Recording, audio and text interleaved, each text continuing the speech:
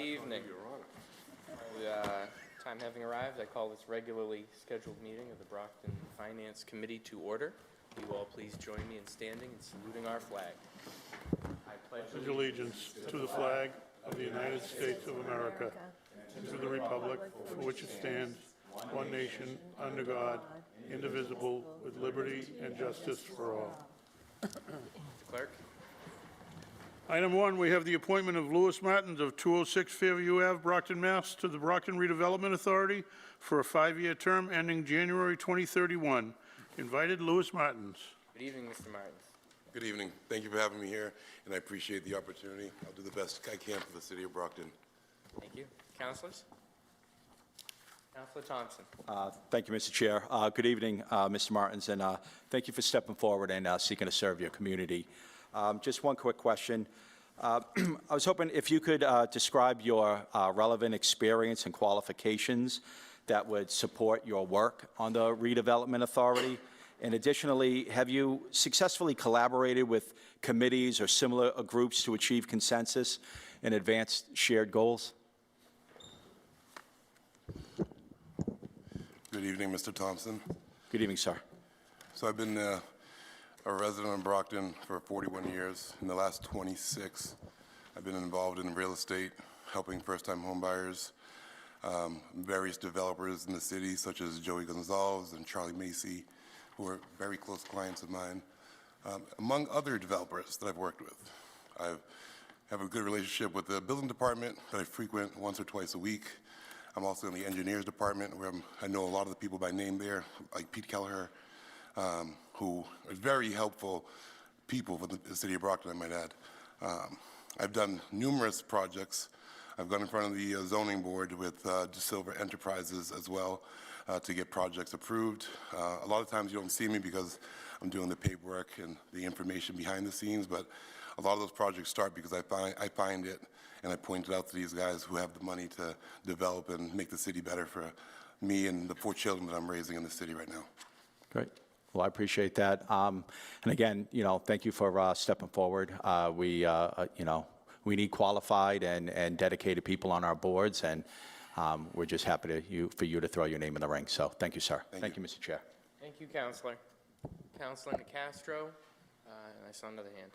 Good evening, Mr. Martins. Thank you for being here. I reviewed the information that you sent in to the clerk's office, and I did some looking around, and you are a real estate agent and broker with a good reputation in the city. I know you've worked with a lot of people. I know you're a property owner in the city with some investment properties. Yes. And I was aware that you did work with some developers. And I just wanted to give you some caution. I think your skills and talents will really benefit the Redevelopment Authority, but just be careful of conflict of interest issues. Be careful, be sure to keep your own business and your own concerns separate from that of the city, because, you can do great business with the Redevelopment Authority and they need someone with background. But also, you don't want to get it all intertwined with your own business and your own personal concerns. So I just throw that out to you. I've seen this happen in other communities. But you're smart, so you know what to do. I appreciate it. Thank you. All right. Good luck to you. Thank you. Thank you. Thank you, Councilor. Councilor Charnell. Good evening, Mr. Martins. I'm just going to make a few statements because I've known Mr. Martin and his character for many years now. Again, he's lived in the city for, like he said, 40 years. I mean, he's played sports, coached kids. His organization has donated, countless events that I've been a part of. And I've actually been telling Mr. Martins for probably as long as I've been sitting on committees to get involved. And I'm actually thrilled that a qualified, more than qualified, resident of our city is willing to give up his time. And, I count time of someone that does things around our community like Mr. Martin is very valuable. So I want to say thank you to you. I know your family's here, your wife's here, so I just thank you to your family for giving us the opportunity to, have you serve in a role where I think the Redevelopment Authority is one of the more important things in the city. So thank you. I appreciate it. Thank you. Thank you, Counselor. Counselor Tavares? Hi, how you doing? Thank you for being here and thank you for your apply. Actually, I do have two questions. Why do you believe you are the best candidate for this position? So I believe I'm the best candidate for this position because I've seen Brockton at its lowest and at its highest. I've been here for 41 years. My youngest daughter is 1 year old. She just turned 1 3 weeks ago. I want to make a better Brockton for these kids to grow up in. I'm a graduate of Brockton High in 1995. All right, I built my business here. I own my properties here. I don't leave here unless I have to go to a movie theater. I know what Brockton needs. We need some more things for our youth because to build a strong foundation, it starts with these kids. All right, give them some things to do, keep them off the streets, and you're going to build a better Brockton that way because they're going to be leaving us in a few years.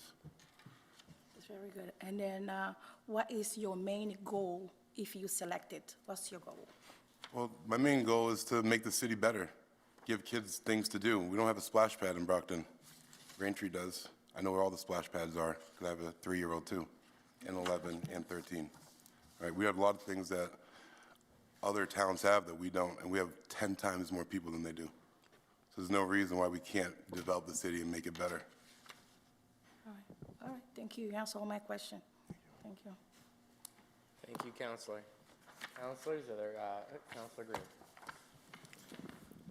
Mr. Martins, let me also express my appreciation to you for your investment in the city. The real estate investments that you've made, but perhaps most importantly, you've chosen to raise your family in Brockton. Yes, sir. That is an incredible investment, I think, and I appreciate that. And I appreciate you deciding to step forward to contribute and to be a part of the working solution to our city. So thank you for lending your time and your expertise to the other city. And a big thank you to your family as well, because as you give to the city, it takes a little away from your family, and you would not be here if you did not have the support of your family in doing so. So I do express gratitude to your family for supporting you in this move. If you can, could you just perhaps comment a little bit about the other caution for conflict of interest? You're a smart businessman, and you've carried yourself well. If you don't mind, just comment a little bit for the residents, and just to kind of assure how you would conduct yourself in this role, given your business interests. So as far as conflict is always something I try to avoid, right? Because at the end of the day, my livelihood and my reputation is not worth the conflict that I'm going to run into.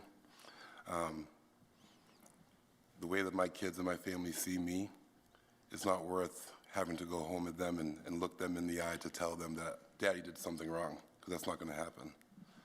At the end of the day, I want what's best for the city. I want what's best for my kids and the people's kids. I'm going to be here for a long time. I'm about to finish building a brand new house in Brockton, that's where I'm hopefully going to end my days. And you're going to have me for a long time, working for the good of the city. Thank you. Thank you. Yes, Counselor. Counselor, you good? All right, thank you, Counselor. Any other counselors? Do we have a motion? Counselor Azak. Thank you, Mr. Chairman. I just would like to congratulate Mr. Martins on this appointment. He runs an award-winning real estate agency, and you know, his pride in business and in ownership in the city and being a Brocktonian really brings you know, peace to my mind. So I'm glad to see you being appointed to this position. And with that being said, I'd like to recommend this favorably back to the full city council. Second. Motion's been properly made and seconded. All in favor? All opposed? Motion is recommended favorably. Thank you. Thank I you. appreciate it. I won't let anybody down. Thank Thank you, Mr. Martin. Item 2, we have the appointment of Natasha Jean Gillis of Thomas Street, Brockton, Mass. to the Cemetery Board of Trustees for a 5-year term ending in January 2031.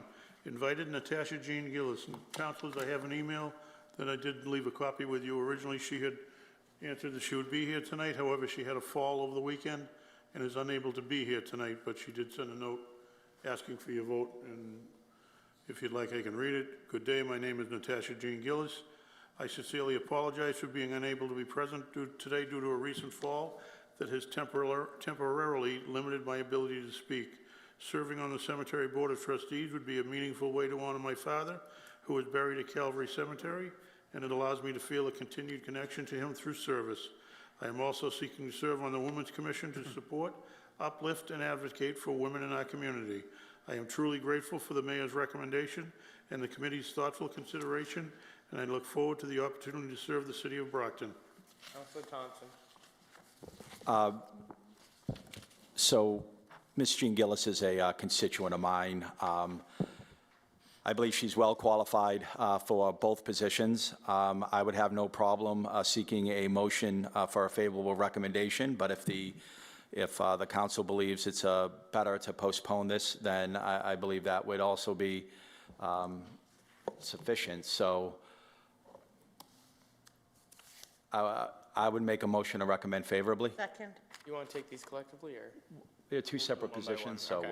we'll go one at a time, but. Okay. Motion's been properly made and seconded to recommend this favorably to the full city council. All in favor? All opposed? The motion passes. Item 3, we have the appointment of Natasha Jean Gillies of 46 Thomas Street, Brockton, Mass. to the Women's Commission for a 3-year term ending in January 2029. Councilors? Motion to recommend favorably back to the full city council. Second. Motion is properly made and seconded. All in favor? All opposed? The motion passes.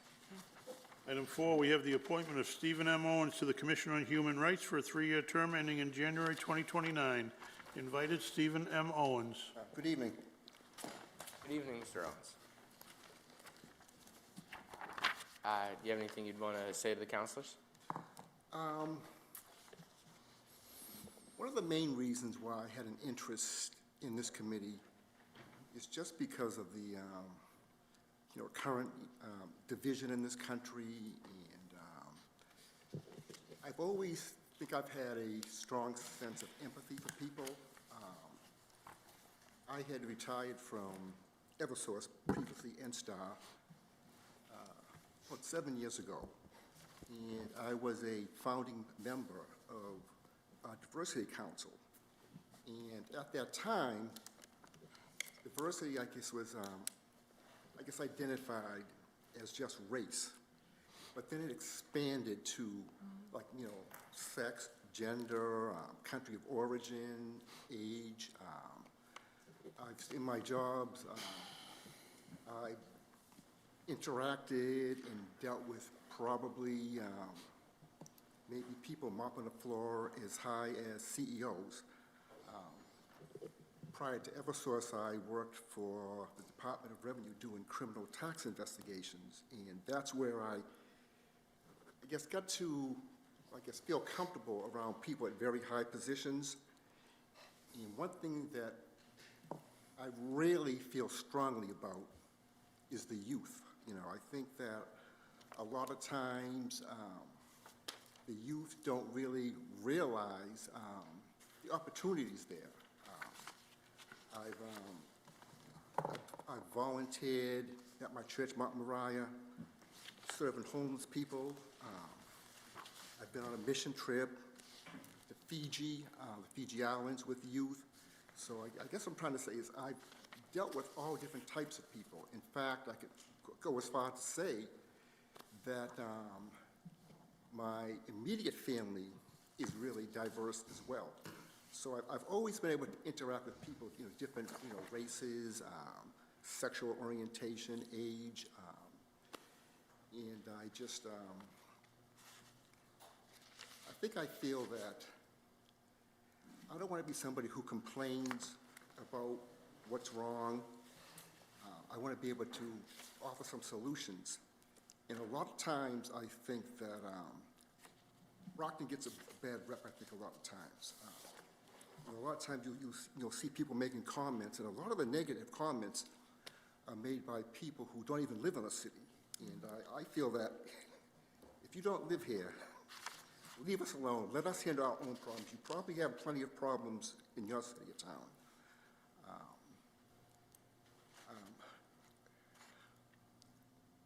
I guess I would probably welcome some questions, because I guess I don't really know what you're looking for. Well, that's fine. It's just a chance for you to offer anything up. Councilor Tavares? All right, as you're looking for a question, I have 2 questions for you. Okay. All right, what is the, actually, what qualify you and the experience that you have make you strong for this position? I think I have the ability to interact with a wide range of people, regardless of their, their race, sex, age. I've done it all my life. I grew up in a a community where it was, I would say, maybe somewhat diverse, not as diverse as Brockton is. So I've always dealt with all different types of people. I'm able to, like I said, I think I'm a very empathetic people. I can empathize with people who are going through, different situations. Like I said, volunteering at my church, serving homeless people, whereas a lot of people would look down on homeless people and, turn them away. On the other hand, like I said, in my job with the Department of Revenue and with Eversource, I've talked to CEOs, senior vice presidents, and to me, I think the person mopping the floor is just as important as the person writing the check. All right. Second question, what is your goal? Pardon me? What is your goal do you hope to achieve if you're selected for this position? Just to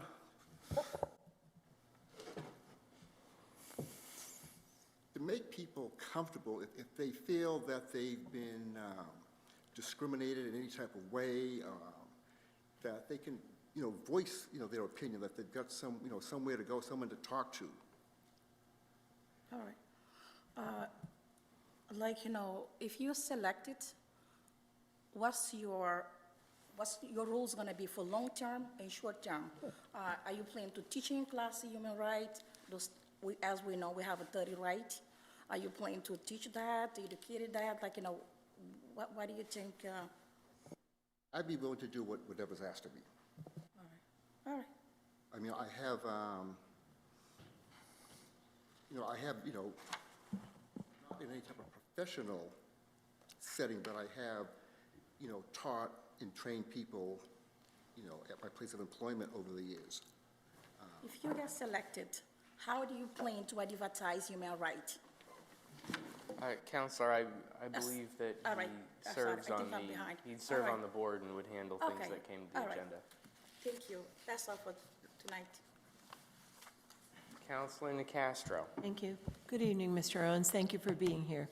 I very much enjoyed reading your cover letter and your resume. You put a lot of time into all of this. I think you will be a tremendous asset to our Human Rights Committee. I hope you enjoy your time on it, and I will support your nomination. Thank you very much. Thank you. Thank you, Mr. Chair. Thank you, Counselor. Counselor Azak. Thank you, Mr. Chairman. Good evening, Mr. Owens. First of all, thank you for your willingness to serve. Many times people forget that these are volunteer positions and your time is valuable, so I know I truly appreciate community members that are willing to serve. I just have a quick question for you, and it's usually on the agenda, but it's not on tonight's agenda. What is your address? I'm just curious for your constituency. 383 Hillburg Ave. So you're Ward 3? 3. Okay, perfect. Well, thank you. Thank you, Counselor. Counselors, do we have a motion? Motion to recommend favorably back to the full city council. Second. Motion's been properly made and seconded. All in favor? All opposed? The motion passes. Thank you.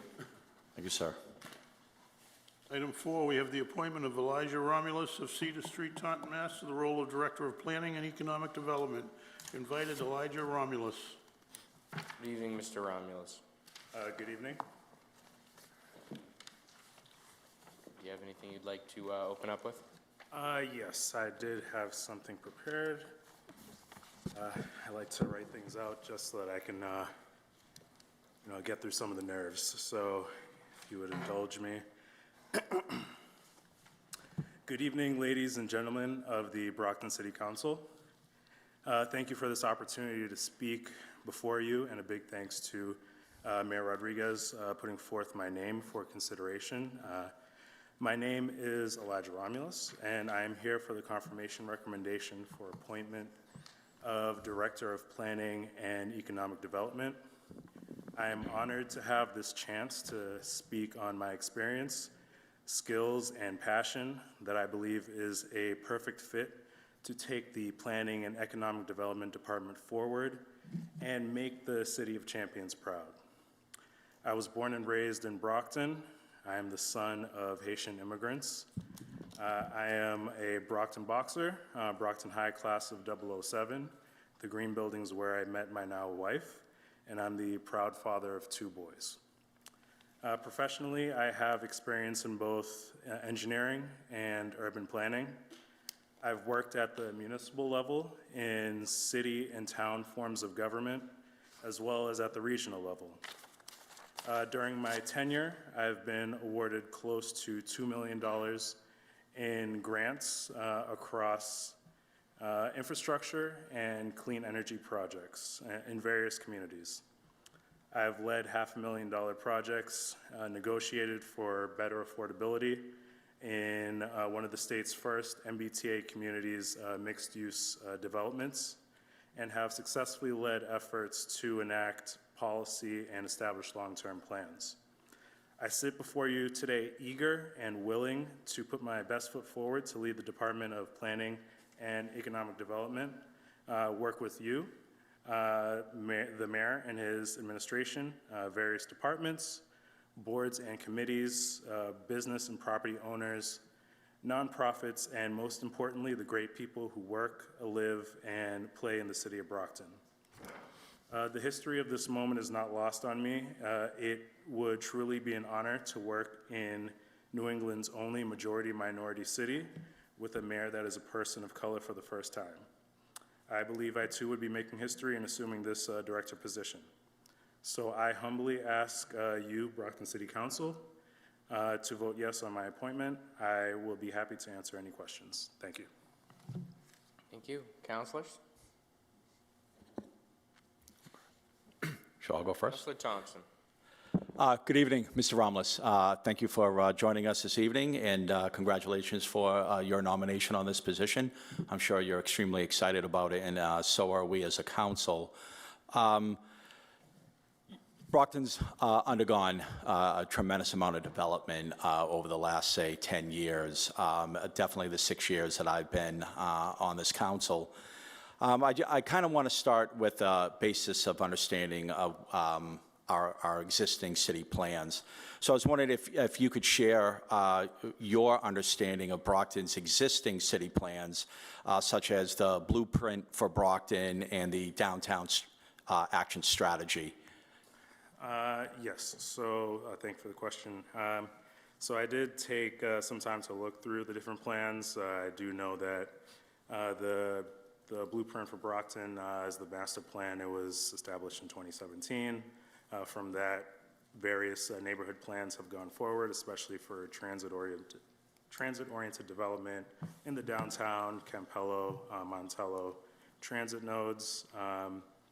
With that plan, it's usually good practice to update it every 10 years. So if I were to assume this position, then I would be looking to hopefully update that in the year 2027. There's, as I had mentioned, other plans for, let's see, I do have some notes. Just Yeah, please, wanted to go make ahead. Sure. So there is the Trout Brook plan for the CSX site that I think would be a great opportunity to add some mixed-use development as it's been proposed. A lot of the different plans for these areas include form-based code, which I think is a great way to move forward and be able to be creative in allowing for different uses that aren't typically that have historically not been put together in the rigid form of zoning that we have. And so with this form-based code, it would allow it to kind of activate streetscapes, allow for some economic development, and at the same time, housing choice. With Campello, that's another area that's along the commuter rail. I think that, along with Montello, are both places that will benefit from development. I think the Montello plan, they had started the outreach and presentation portion. If I'm not mistaken, a complete neighborhood plan still needs to be put forth in place. And so, if I were in the role, I would look to expand on that. Growing up, I grew up on the north side. I went to North Junior High, and so, it would be really nice to be able to help the Montello area kind of move forward. So with your current understanding of our existing plans, maybe we can talk a little bit about vision. How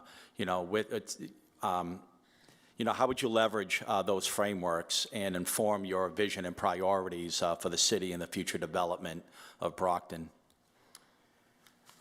Yes, so, I think it's definitely important to bring, all the stakeholders to the table. Some of the ones I touched on earlier, making sure that residents have a say in the communities that are being developed, working with the various departments that, at City Hall that are related to land use, whether that's, the Building Commission, Public Works,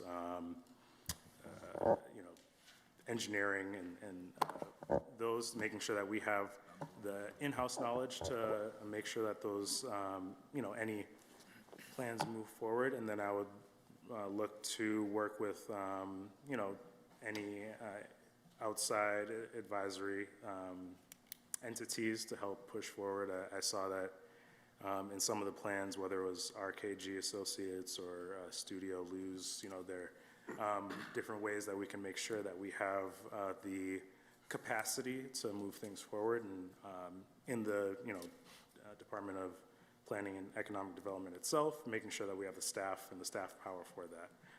There was another plan that I had forgot to mention was I think the Lovett Brook, the Boston Medical South area. That's another location that I think is prime for development. Growing up, Brockton had 3 movie theaters. Now there's 0. That Lovett Brook, there was one I remember I had gone to when I was much, much younger. So, finding areas, even like the fairgrounds location, especially that location, it's already been recognized historically as a entertainment location for the Brockton Fairgrounds. So finding some way to do, mixed-use development and looking at entertainment to allow for Brockton to be more of a destination. So yes. Thank you for that. Kind of continuing with vision, and I represent Ward 5, which encompasses half of our downtown. Just late last year, we declared the Brockton Police Department as surplus property, and to begin the RFP process at some point. I was wondering, given that it's no longer needed for public safety purposes, how would you envision utilizing this strategically located site that would best serve the community and, the broader development goals of the city? Yeah, so I think that site would definitely benefit from a creative developer and design team. It is interesting kind of topography for, along the railroad tracks. So finding a way to best use that, I think some type of commercial kind of structure, maybe add some, public space as well, but definitely reaching out to different, I would have to build some rapport with some of the local developers. I have, I have working relationships with the developers that I've worked with in previous communities, so I'd try to, reach out and see, like, through the RFP process, who would be willing to kind of look at that site. And then, just lastly, you briefly spoke about your experience with collaborating, with different groups. I was wondering if you could describe a project where you had to balance the interests of various stakeholders, such as residents and business owners, government officials, and what strategies did you use to achieve consensus? Yes. There were, I guess, a few different ones. In the town of Westwood, as I had mentioned, I had worked on reviewing the application for a 160-unit mixed-use building. It's one of the first in the state that falls into the MBTA Communities Act. It has, retail uses on the first floor and residential above. In that process, it was first of all making sure that the developer came to the planning board with an application that met the rules and regulations, the town bylaws, to make sure that, it fit the dimensional regulations and uses. And then we put that forward through the public process, and it was, my division's job to field public comments. So we had a lot of resident input, showed up to the public meetings. So working to receive the public input, see how best we can work with the developer to, alter the initial proposal to then get to where it finally was approved, and I think they broke ground. Well, they broke ground and they've already completed the project, so I think they opened it sometime in the last few months.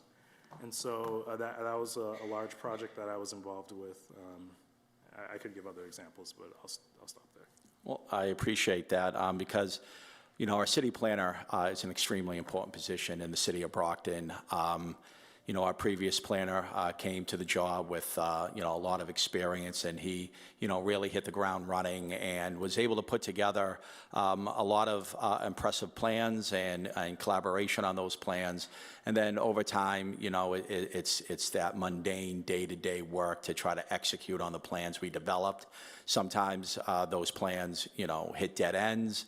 As you said, our blueprint for Brockton is coming up on about a 10-year time frame. I think it would be wise at some point to kind of take another look at it, see where we are, what have we accomplished, where do we go from here. Brockton has all the potential in the world. I think we are well situated over the next 5 to 10 years for further development, and we need a city planner that is able to harness all of the people in his office, us as city officials, both state, federal level, somebody who has, contacts and knows how to collaborate and get the job done. And, that's what we're looking for in a city planner. I do appreciate you answering my questions. And at this point, I'll yield to another city councilor. But thank you for being here this evening, sir. Thank you. Thank you, Counselor. Counselor Farwell, followed by Griffin and Azak. Thank you, Mr. Chairman. Before I ask specific questions, I did want to let all of you know I had the pleasure of talking with Mr. Romulus for a brief period of time yesterday, and I indicated to him that of all of the positions in city government, this is one of the most critical. It is also one of the most highly visible positions because the Planning and Economic Development Director is literally the face of planning and economic development for the city, for the mayor, for the city council. He or she would attend regional, sometimes national meetings. He or she would be involved in interactions with state officials, particularly, I suppose, the Department of Housing and Community Development. He or she would be responsible for ensuring that we maintain our community development block grant program properly with funds accounted for.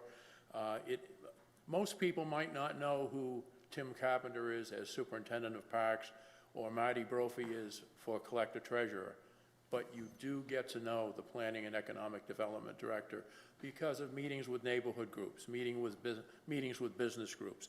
So the skill set, the depth of experience, the progressive professional development that's required for this position is really profound. And so with that in mind, I'm going to ask specific questions. I've never met Mr. Romulus before tonight.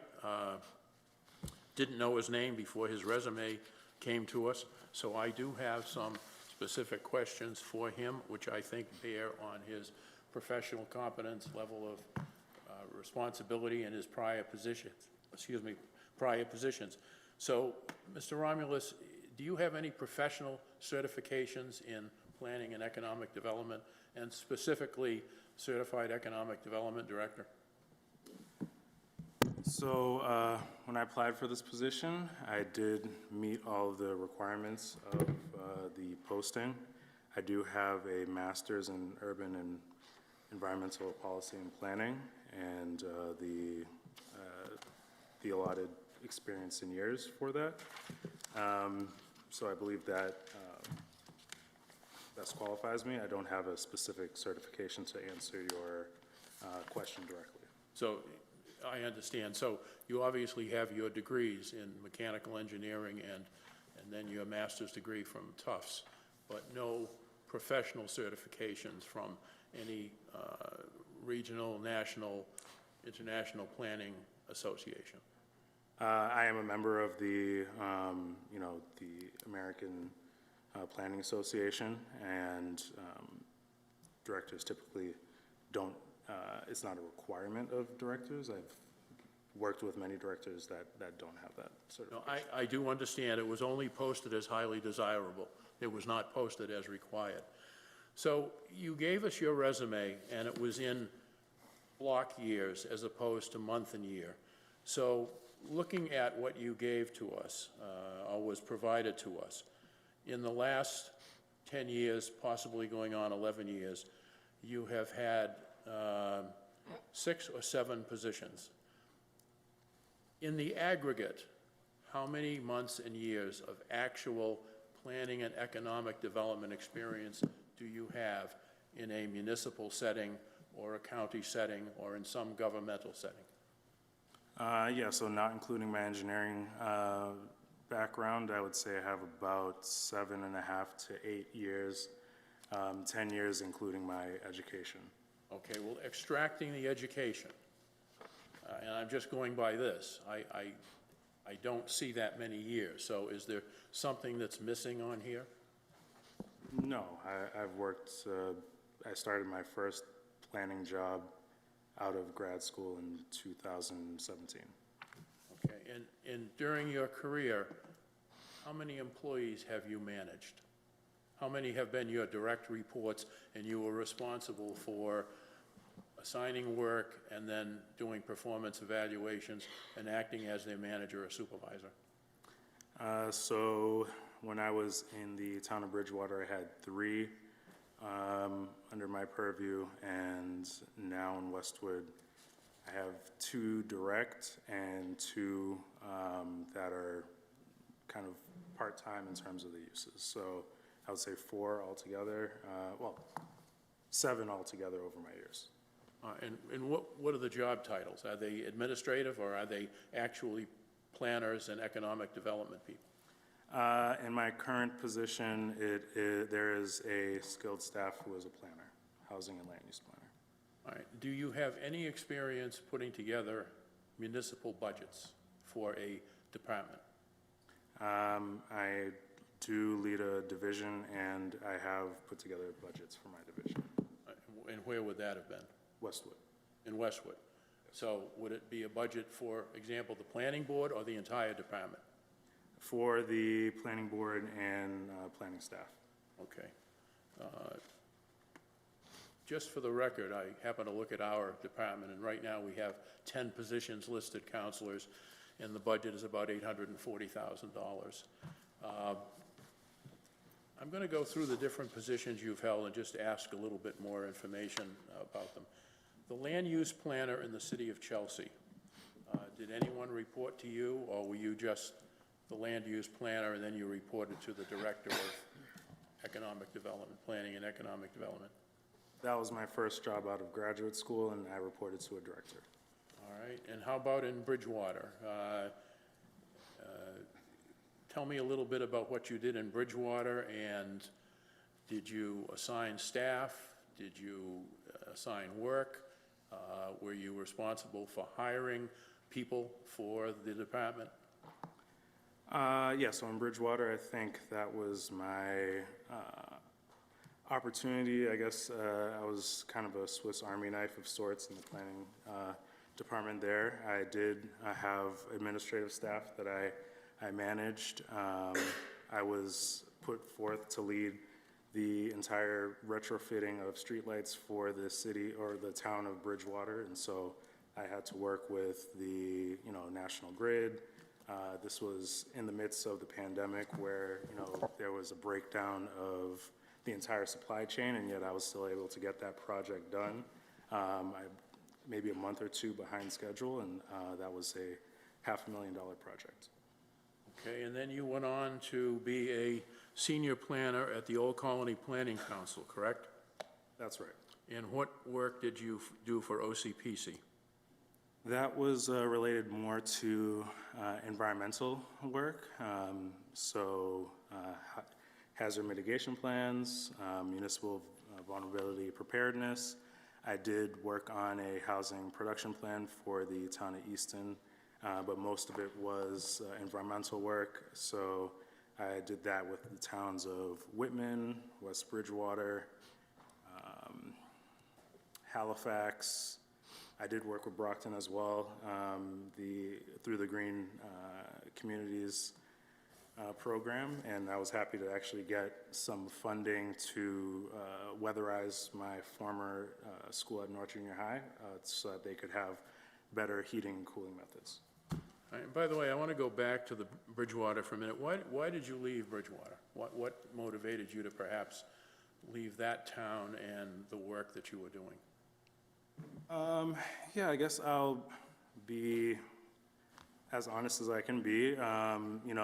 When you are hired at a certain position and salary, it is a lot more difficult to be able to negotiate from within to get the pay that you believe is just.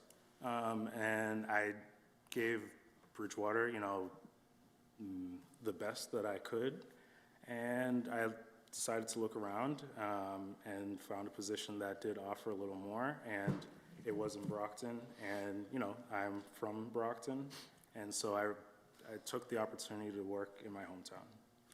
All right, and why did you leave the Old Colony Planning Council? And Bridgewater was 2018 to 2021, then 2021 to 2022, which is either a two-year period or something less. Why did you leave Old Colony Planning Council? Yeah, so in Old Colony Planning Council, I had worked there for a few years. I was working with a pretty large workload that was expected out of me, and I had stressed to my supervisor and higher-ups that in order for us to perform the work that we needed, it would take a little more staff power to avoid burnout. And, there was differences of opinions, and that coincided with my wife, who had been staying home for a number of years, raising our first child. She had wanted to re-enter the workplace, and so it kind of came to a head on both positions with my job and in my personal life, that it was best for me to step aside and leave my position and allow for my wife to re-enter the workforce. I will say that when I left OCPC, subsequently, there were 2 additional people hired to fill the needs of that specific department. All right, well, when your name was raised for this position, I did have a conversation with the mayor, because it was reported to me, and I'm going to give you an opportunity to talk about your professional development and competence to carry out planning and economic development work, that they had to impose or they had to have you do a personal improvement plan because the work that you were doing did not meet their standards. And is that accurate, or do you dispute that? Accurate for which, Were you given a personal improvement plan because they were unfortunately not satisfied with your job performance with OCPC?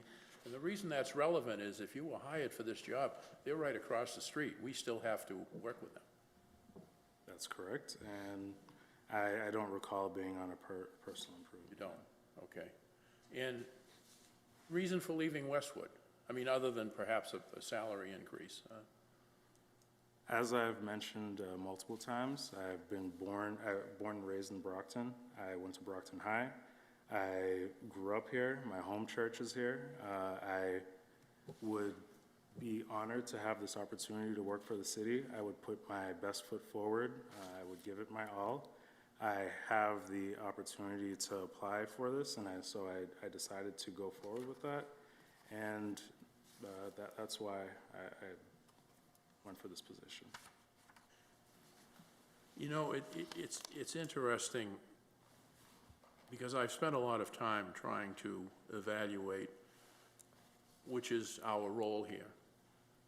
Is this particular person the right fit for this particular job? Does this person possess the depth of experience, the abilities, the knowledge, the skills that are needed for a particular position? And this is a high-profile position that is so incredibly important to the city. If we don't increase our economic development work, we're going to strangle homeowners with taxes, and we've got to generate jobs. I happened to look at what you did for a thesis at Tufts, and it really intrigued me because I figured I was going to see business retention, business expansion, land use planning, zoning, and you did something that was really important because the grid down there is terrible. But the title of your thesis was Energy Justice and the Stakeholders Involved, a case study of solar power in rural Haiti, which I would find fascinating myself because they don't have a power grid that is acceptable.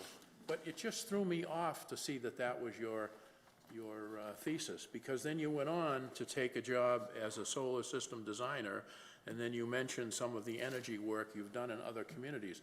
And I guess what I was looking for is a super strong background in land development, land use planning, zoning, negotiating with developers, all of the different things that I saw Rob May do. And I'm going to close by saying this to the mayor, because I have great respect for Moises.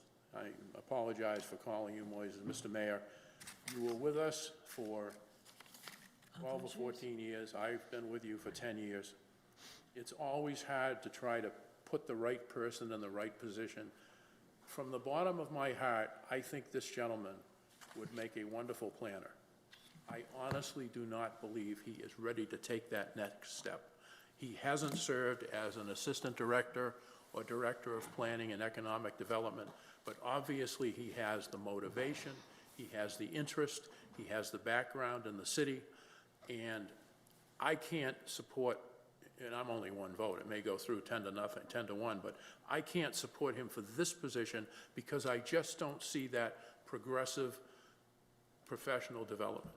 Too many jobs in too short a period of time and not doing the type of work that I know we need done here in Brockton. So if this doesn't get a favorable recommendation, for whatever reason, and I haven't lobbied anyone, I come in here, you know me, I usually don't know what I'm going to say until I'm sitting here ready to say it.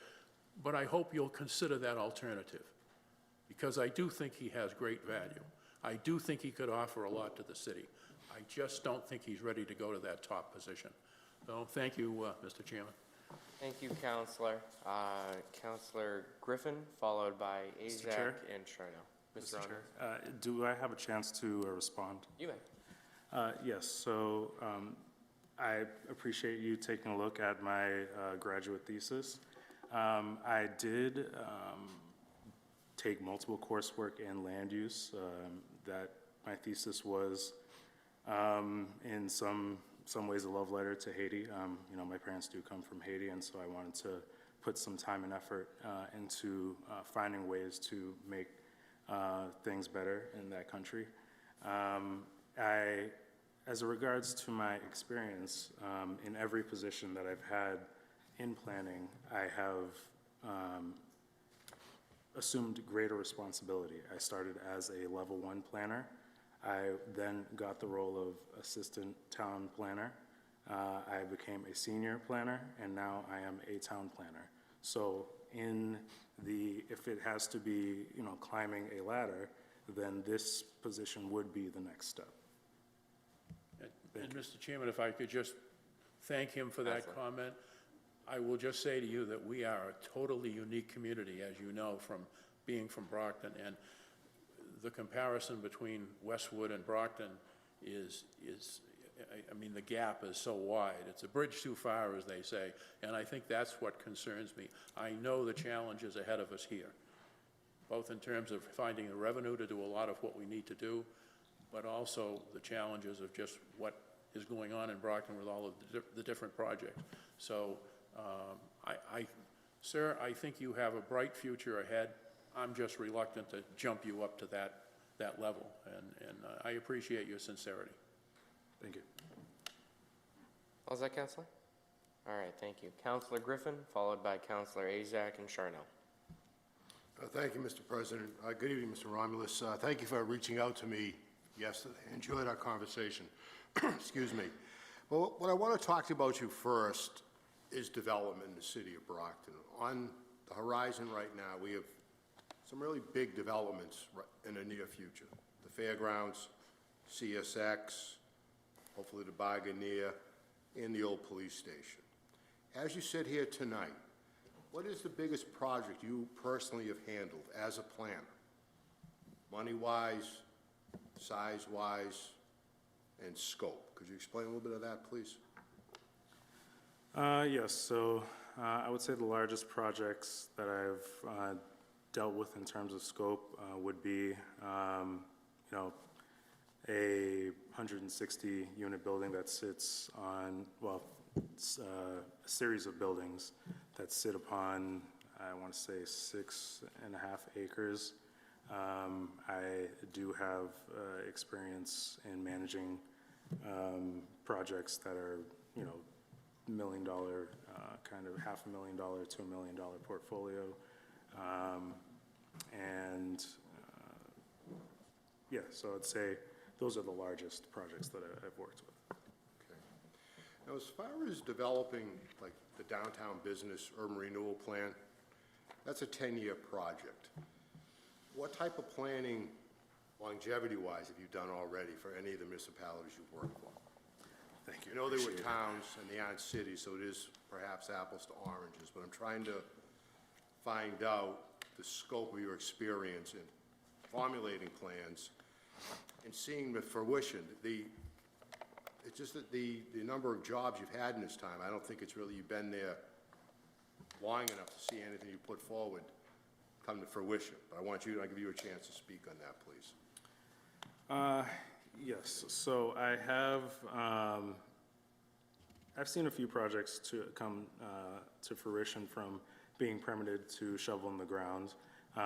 You know, in a 10-year project, I mean, I know that this position is a 5-year position, and I would be committed to fulfilling that 5 years and making sure within that, you know, I, you know, work with the right, first of all, you know, my own staff, and then also, you know, necessary consultants.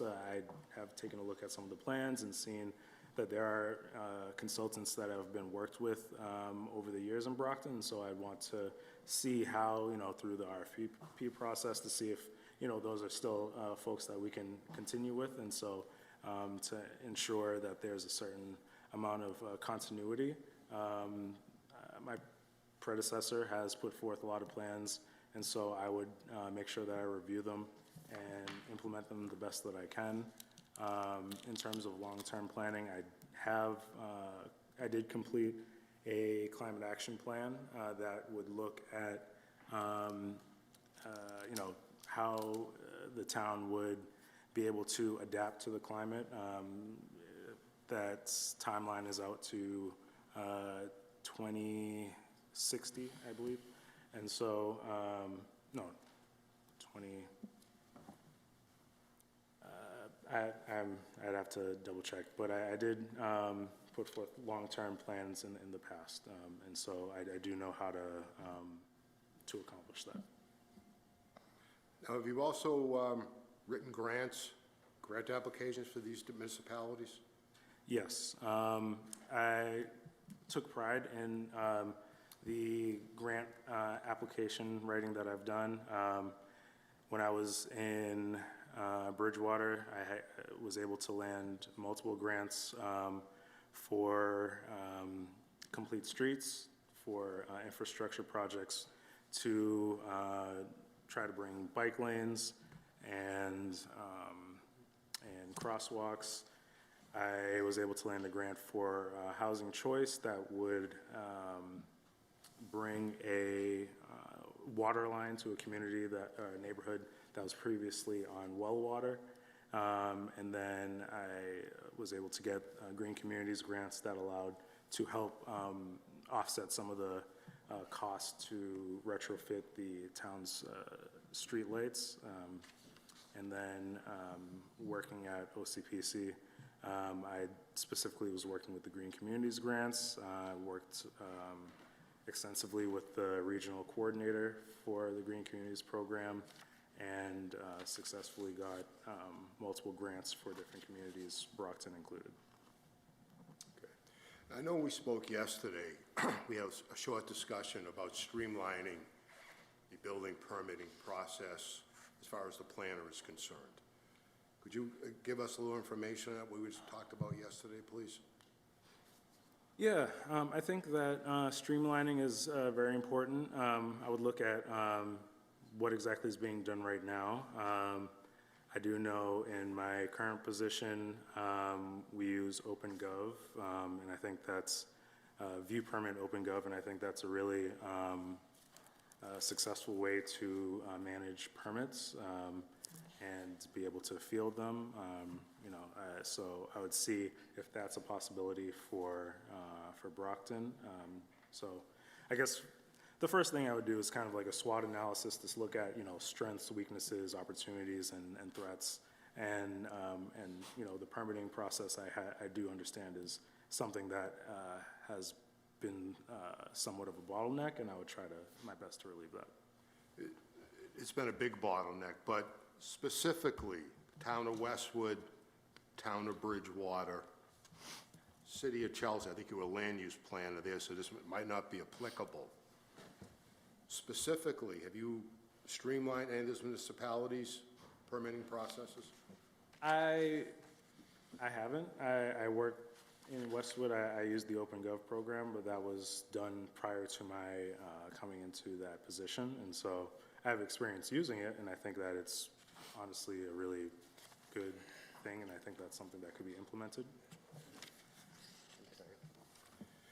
And finally, as I look at this resume, there are quite a few positions in a relatively short period of time.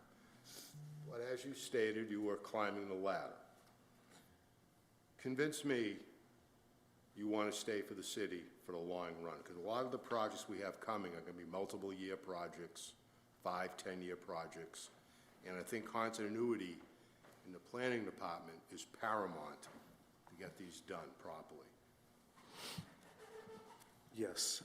So my first son is just, he turned 4 in September.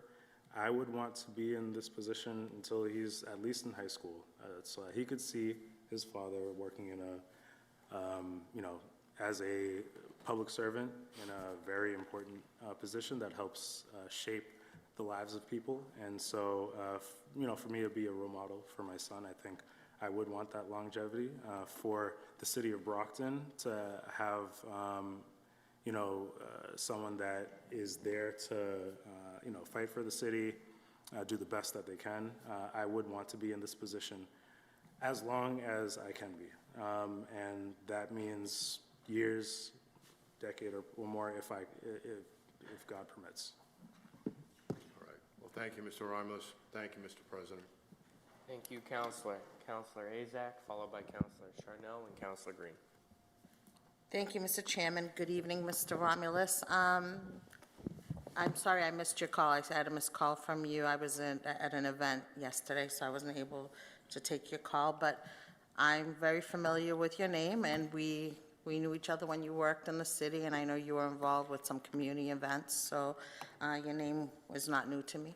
But I'm not going to repeat what some of my colleagues said, but Mayor Rodriguez and I, when he was served on the council, economic development was huge for us, and I'm going to be honest with you. A year ago, our planning department was flourishing. I felt like it was growing, and we were heading in a really good direction. And just a few months back, our director decided to retire, and the interim, who was in the department already, also left the department. So now I feel like this department's in dire need of a lot. And this is a huge position. And some of the questions that you've answered, some of my colleagues, I think your resume is impressive. I'm very happy to hear that you're a Brocktonian, that you were born, grew up here. That brings me to my second part of the question about residency. I see that you're in Taunton, you live in Taunton. Are you planning on moving back if you get this job? Because, as you know, we have a residency requirement. Yes, so thank you, Councilor Asek.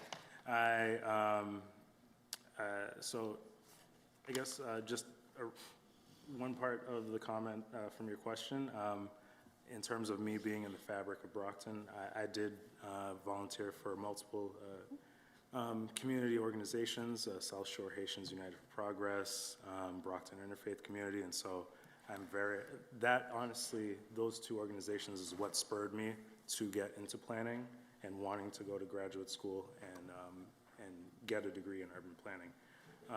And so related to the residency requirement, if given the position, yes, I would look to move to Brockton. Go back to Brockton, okay. Well, that's very good. I just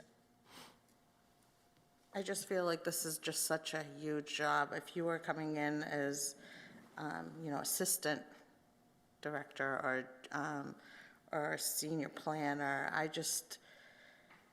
we expect so much from this because our city needs to move in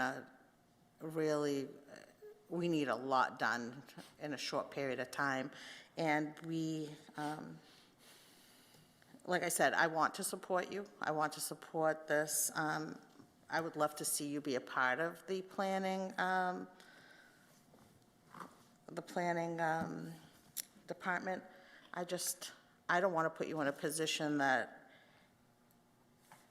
I don't want to set you up to fail, because it's a huge position and we expect a lot. And our previous director, Rob May, came in to us when he came in about 12 years, either 10 or 12 years ago. He came in with, on his resume, he was part of revitalizing Somerville. He had a huge resume, was involved, with many years of experience. So I don't know which direction this is going to go in.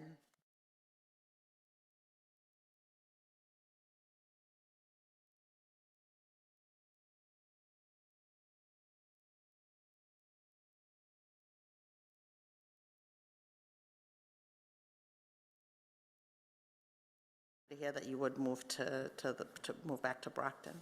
Thank you, Mr. Chairman. Thank you, Counselor. Counselor Charnel, followed by Counselor Green and Counselor Nicastro. Thank you, Mr. Romulus, for being very honest and truthful in the council. So again, do see, like the councilor saying, you know, many steps in the resume, but, you know, I'm a younger professional on the council, and I realize that this doesn't necessarily mean there's gaps. This just means that, you know, can mean that, like you said, you're taking, you know, a ladder position or someone's poaching you, usually what happens and I'm sure I'm a banker, someone presents you an opportunity and you see fit that if it justifies you and your family, you may take it. So I'm a reform zoning guy. I sat on the Zoning Board of Appeals for about 4 years. And when I was first confirmed by the council that was present at the time, I believe everyone was like, why is that banker going to be on zoning? What does he know? So kind of, you know, similar things happen. And I, you know, from a lot of people, they actually wanted me to go back to zoning because I was actually very effective, and I had no experience. I didn't go to school for planning, but again, I learned through just reading plans and trying to be a steward on that particular board. So I don't look at a resume and it doesn't tell me everything, right? I think a few things that you can't really judge is character and confidence. And sometimes the people in front of us need an opportunity. I'm not saying always, but sometimes the people in front of us need an opportunity because again, like I said, you can't teach those two things. I think you can teach someone zoning, you can teach someone to be on a planning board, you can be taught a lot of these things, but some of those other things cannot be taught. Again, just me being a former zoning person, I'm just gonna ask a few zoning related questions. One being, what do you think some of the more frustrating or more inconvenient things are for developers when it comes to our city's current zoning? Or, you know, what would you think some of the friendship points will be for developers? Because, you know, I don't, you know, in my belief, you know, I've interacted with our city planner many times, many occasions. I was, like I said, on the zoning board. I mean, there's more to planning than just having degrees and certifications and all these great things, and coming from the town of Somerville, there's more to planning than that to me. But what do you think some of the bottlenecks in the process that you could bring, that you've seen being a challenge that maybe we can benefit here in the city from? For sure. So I think related to Brockton's permitting and zoning, I would say, you know, ensuring that there's kind of like pre-application meetings with any developers, making sure that they are fully aware of what they're going into, what kind of proposal they have, so that it doesn't hit the, you know, the public hearing process, and all of a sudden they're having to, you know, adjust their project almost in real time. So trying to have the most complete application that comes before a boarding committee, whether that's the zoning board of appeals or the planning board. I do know that the building commissioner kind of handles the zoning board of appeals, but, you know, related to the planning board, I would make sure that they have the best application possible. You know, if that means looking at potential zoning changes, then, you know, you just being upfront with the applicant. So knowing that, you know, if their, you know, big plan or big idea doesn't fit the zoning of Brockton, there is an avenue to do that, you know, through a change in the ordinance, but just letting them know that it is a kind of multi-step process. And, you know, ultimately being transparent with how many steps are in the application process, what's needed, what kind of land use they're looking for. If it's like a mixed-use building, is that allowed in, you know, the commercial district or making sure that it fits the dimensional uses or dimensional regulations, making sure it doesn't hit a certain height or doesn't encroach on the setbacks. And just another question. So where do you most conflict good planning with politics? Like, where the two kind of like sometimes clash in a sense? I mean, I've tried my best to, throughout my career to not allow for the politics to affect the planning, but, at the end of the day, that's the kind of dance that you have to have. I don't know, I'll say that ensuring that, the work product that I bring, the work product that the department would bring is, the best quality, has the best, people in it. Once you can get a good work product, then the politics is more something that you have to kind of balance. But because if the work can speak for itself, then the politics isn't as big of an issue, I would say.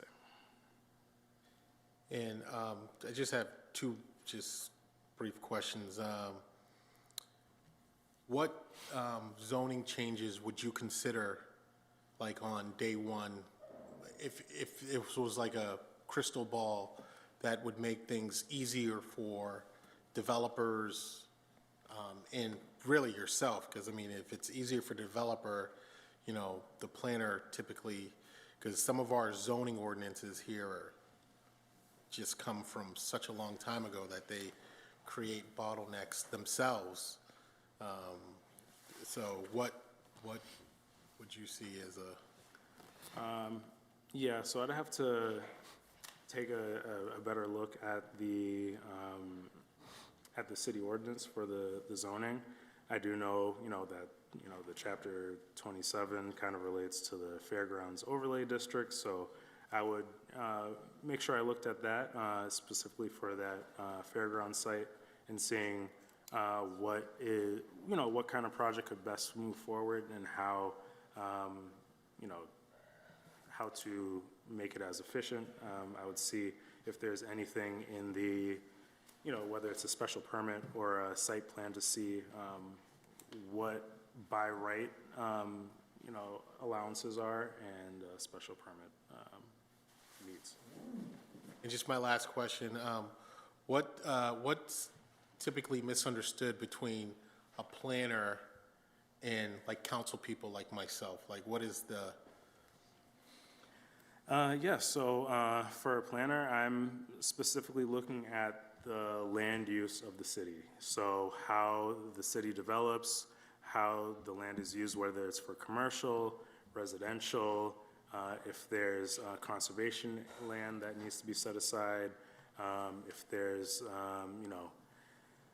Dover Amendment institutional properties like, education or school, schools and things like that. So I look at the use of the land, how it's built out, and and then economic development side is, looking how to, improve the economic welfare. So trying to work with business owners and property owners to, make Brockton the best it can be in that aspect. So I don't necessarily deal with, I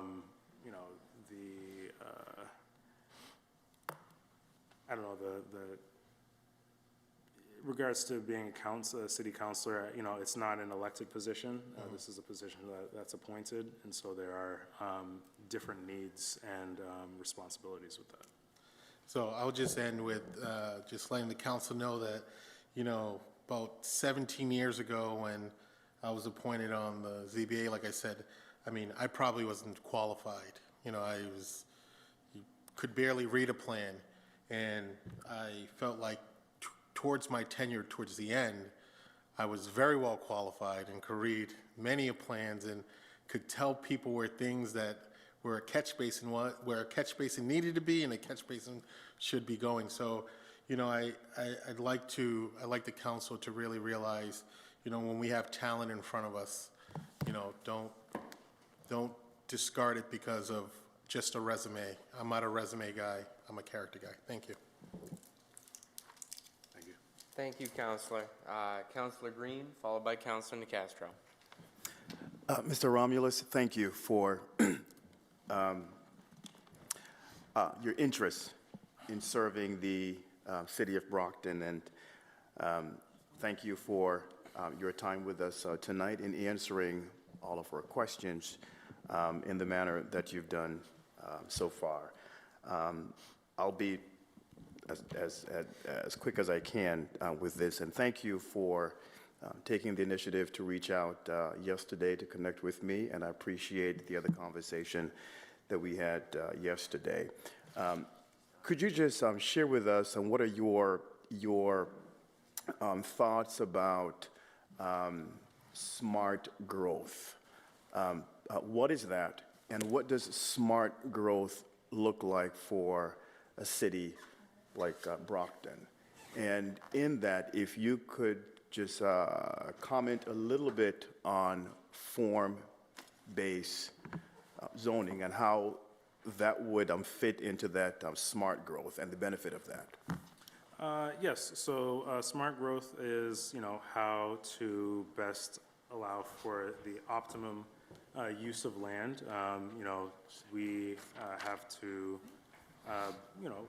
in a society where the population is growing, you have to have the amenities and the facilities to house, to provide the economic opportunities. And so smart growth is looking at, infrastructure, the use of the land, whether there's conservation areas or wetlands, and how to best develop moving that forward. Related to form-based code, that kind of ties into how to best use the land. And so a lot of times in the zoning as it's written in many communities, there's a lot of, the way that buildings were created in the past, there was a lot of setbacks, so you see a lot of, parking lots in front of a building before you even get to it.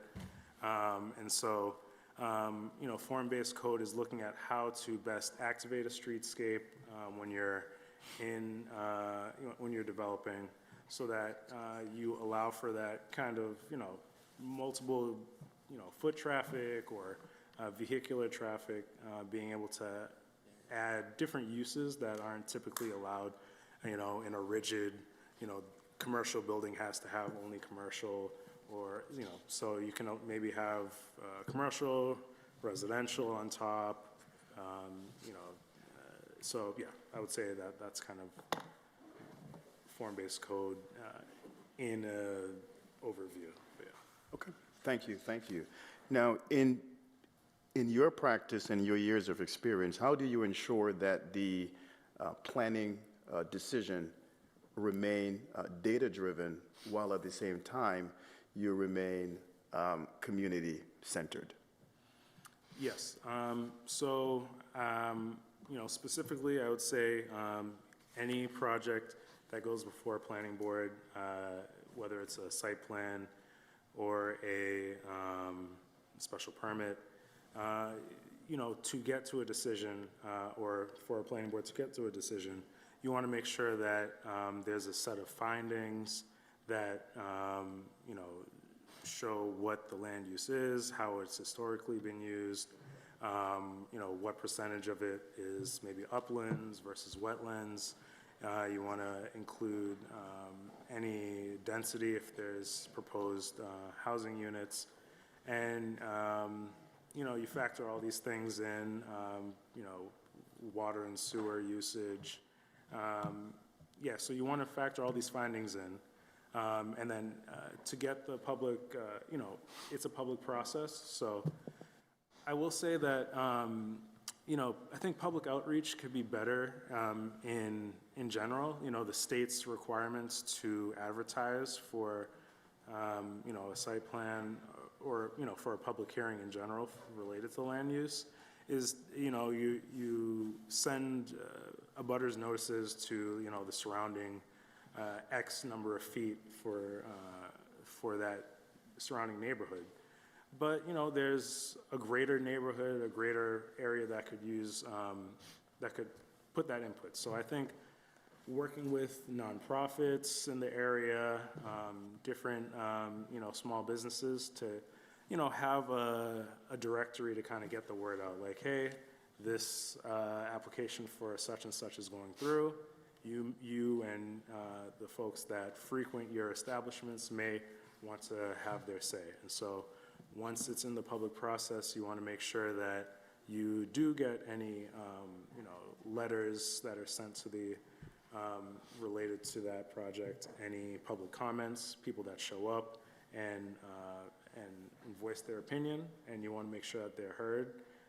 You know, sometimes there's an ingenious idea that comes out of that, and so you want to, as your, as the kind of facilitator between the public and the private, do the best to have the findings, the data, the public input to then finally get to that decision.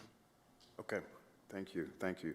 And as you can imagine and certainly appreciate, that these planning and economic development practices are quite consequential. They do have an impact on the community at large, and they do impact individuals as well. So in that same vein, I know you indicated that you worked on a somewhat of a large size project, I believe, in West Bridgewater. Okay. Westwood.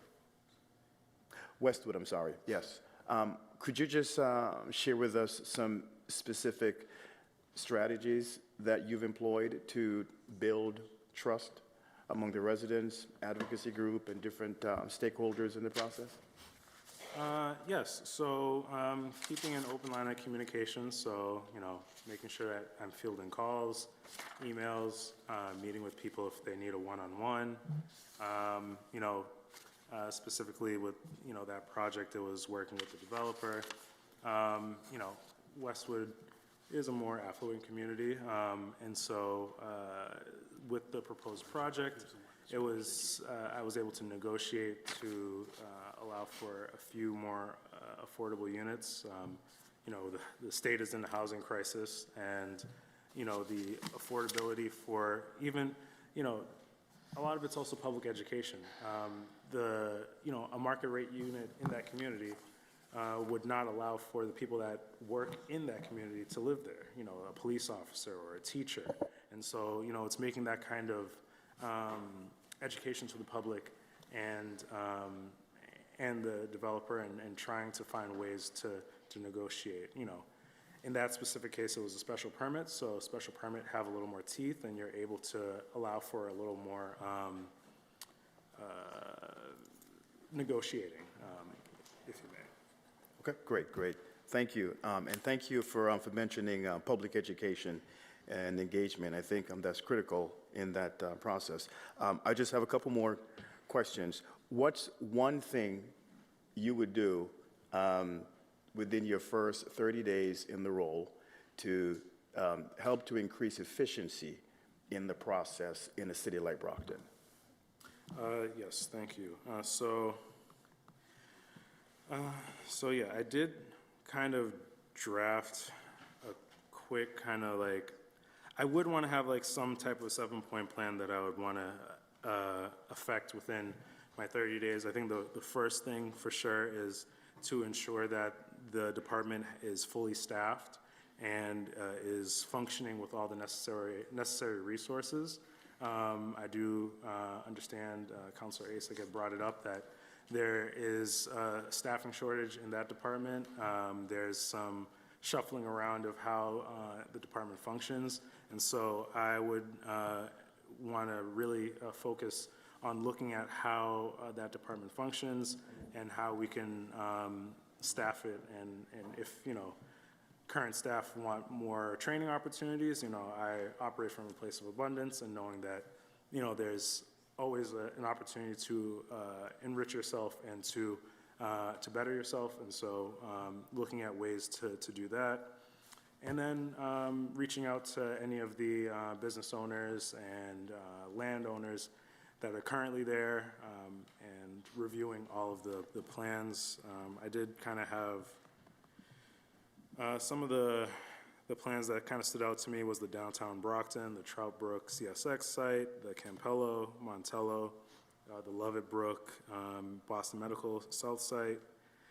Looking at that Chapter 27 city ordinance for the fairgrounds, the master plan. And then one thing I would want to, you know, it might be a little farther down the line after I've gotten everything kind of on the right path, but would be to look at the arts and humanities community in Brockton. I think it's a vibrant community, and I would want to try to help champion that as best as I can in the position. Okay, thank you. Is it, I think you mentioned this earlier, and I just want you to kind of confirm this again. Is it correct that you've met the minimum requirements of the job posting, and that's why you're before us, right? Yes. Okay, all right. Here's my final question, and perhaps the most important one. What do you like to do for fun?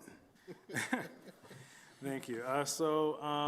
I am a father of 2 young children, so I don't really have as much time as I used to.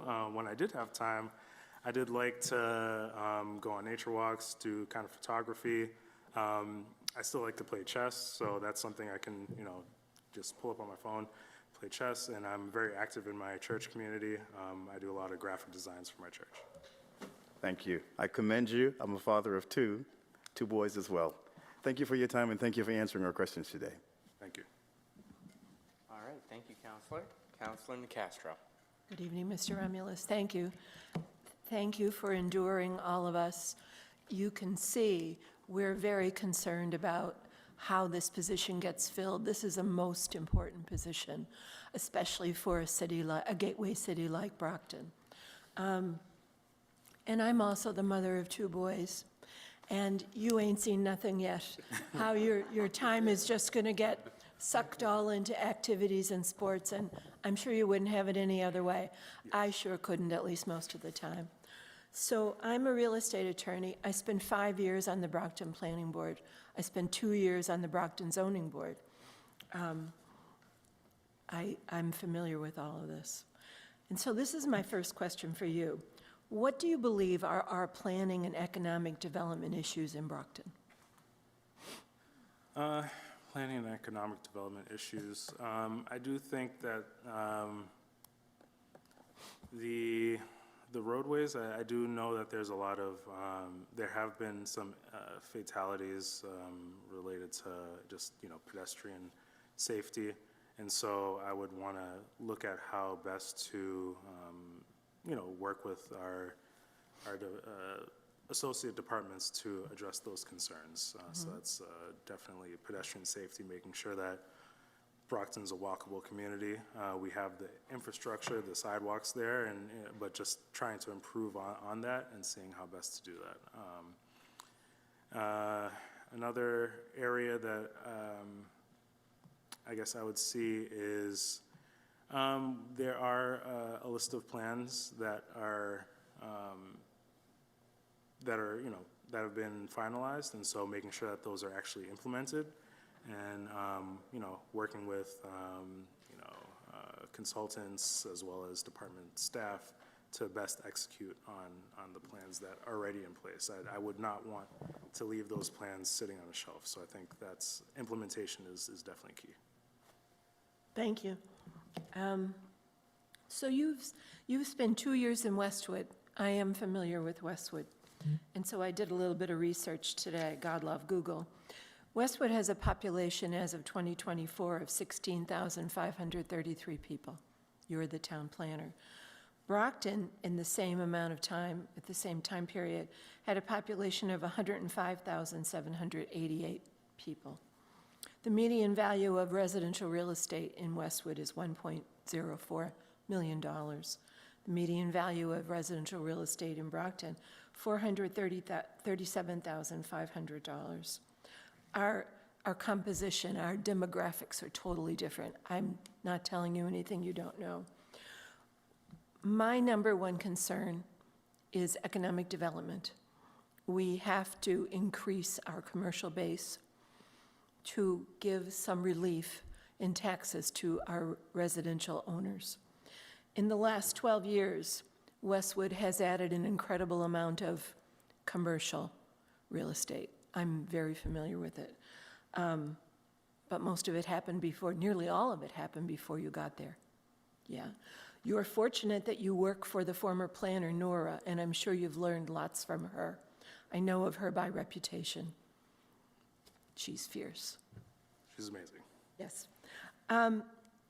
In what I'm looking for, and what I suspect many of my colleagues are looking for this well-settled city, is someone to come in with lots of experience in a similarly sized city to help us reach what we need and to help us attain our goals.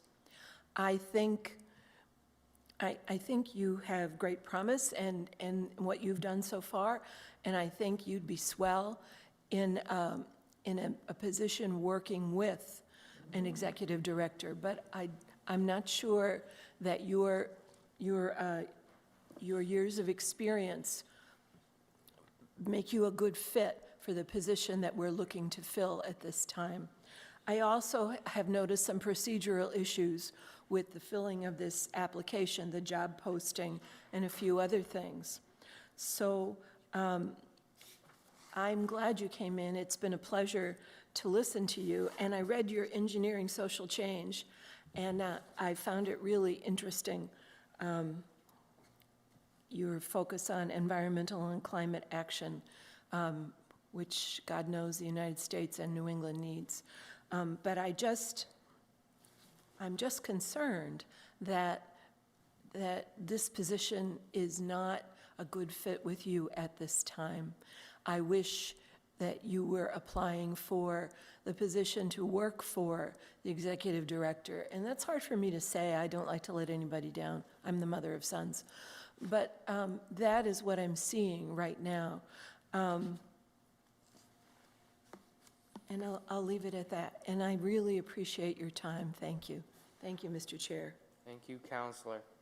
Counselors, anyone else want to say anything? Anyone who has not had the chance to speak yet? All right. Counselor Farwell, did I see your hand? Very quickly, councilors, I don't particularly want to vote against someone, particularly a younger man who has a great and promising career ahead of him. I won't make a motion at this time, but I'm going to throw this open again to what I suggested earlier, to postpone this 2 weeks to the next FinCom and have the council president and any other councilor that's interested meet with the mayor, indicate the concerns that we have, and see if the mayor would like to opt to have this gentleman come on board in a lesser position, but however, still serving the citizens of Brockton and utilizing the experience that he's gained to this point. If that's completely unacceptable, I understand, no worries. I respect everyone's vote and everyone's position, but if we go ahead and vote on this position of Director of Planning and Economic Development, it could be a split vote, and that leaves the person in a weakened position, in my opinion. It leaves the potential department head in a weakened position. So, Mr. Chairman, that's all I have to say. Other than that, I leave the next procedure to you. Thank you, counselors. Thank you, Counselor. Is there any motion? Counselor Azak. I just have a quick question for Mr. Romulus.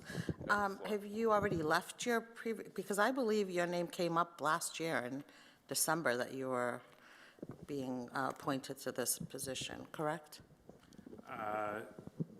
Yes, so I have not left my position at the moment. If I may, Chair, I wanted to just mention, this position, I know that I'm ready for this. You know, in the planning world right now, it's at a vanguard where the older guard is retiring. A lot of the, you know, mainstays have, you know, but, you know, five plus years left. And so I would implore the board, the council to take a chance on me. I know that I have the experience, I have the understanding, I have the passion for this city, and many directors in the past are in their positions 20-plus years, and they were given that chance to then become the directors they are today. And so I believe that given that position, I will be able to fulfill it and be a mainstay. Okay. So, so thank you. So you haven't left your position as of yet. Okay. Thank you. Another question I may have to my colleagues, I'm not sure. So no motion's been made. I had to step up. No motion's been made. Okay. Thank you, Mr. Chairman. Councilors? Councilor Charnel. Oh, sorry. I make a motion to grant the appointment. To recommend favorably. Recommend favorably. Councilors, do I have a second? Roll call vote, please. Well, there hasn't been a second, so. Hasn't- We not do been not have a second. yet. Councilors, just as a reminder, a positive vote would recommend this matter favorably back to the full city council. A negative vote would recommend this unfavorably back to the full city council. So regardless, it would move on from this committee back to the full council next week. It would either just be done with a favorable or unfavorable recommendation. But, you know, passage or failure of this vote does move it to council next week. Currently, there's no motion on the floor because we don't have a second. do not have a second. Just a point of information, Mr. Point of information, Chairman. Councilor Farwell. The mayor has indicated that at some point, the economic development portion of this position would be split from the planning portion. However, we did advertise, and I think legally that carries some weight, for a director of planning and economic development, and it included both planning and economic development and CDBG work. It even mentions the integrated financial system that the government uses for federal funding, drawing down federal funds, the IDIS system. So, and it also mentions that this position is governed by the City of Brockton ordinances and is not eligible for remote work. So we've established, we've publicly posted, and other candidates may or may not have responded to this particular posting. So if this is going to be split, then I don't think we should go forward and hire someone for both jobs.